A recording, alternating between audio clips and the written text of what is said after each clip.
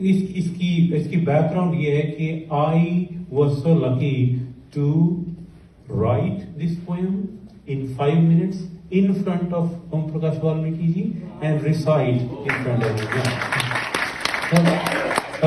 तो टाइटल है मेरी कलम। जूठन खा रहे थे जब तक, जूठन खा रहे थे जब तक, तो सब चुप थे, सब ठीक था। झूठन लिख दिया तो बवाल हो गया।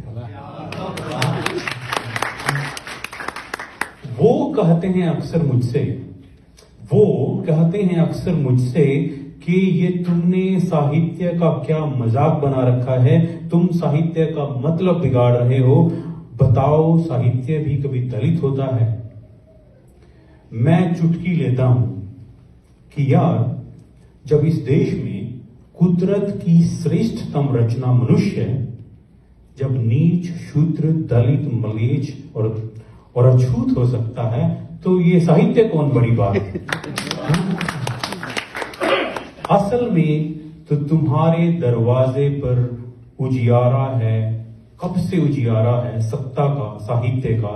मेरे पास तो एक खौफनाक ठिठुरती लंबी काली रात है, पर अब मुझे फक्र है, नाज है, क्योंकि अब मेरे पास कलम है, अल्फाज हैं। और तुम्हें डर है, अब तुम्हें डर है, क्योंकि एसी कमरों में मखमली बिस्तर पे बैठकर कॉफी पीते हुए जिस गरीबी, लाचारी और शोषण का सौंदर्यात्मक वर्णन जो तुमने किया है, वो मेरे जीवन की एक छोटी सी दास्तान के सामने फीका दिखाई पड़ता है। मेरे करोड़ों देवी देवताओं को अपने भीतर समा लेने वाली जिस गाय का दूध पीकर तुम्हारी बनभोती ने सिर्फ कर्मकांड रचे हैं, मरने के बाद उसी गाय को मुन्नर चाचा की छुरी से भी तेज, गिद्धों की चोंच से बचाते हुए उसी की मांस की सड़ांध में हमारे मुर्दैया ने न जाने कितने तुलसी उपजे।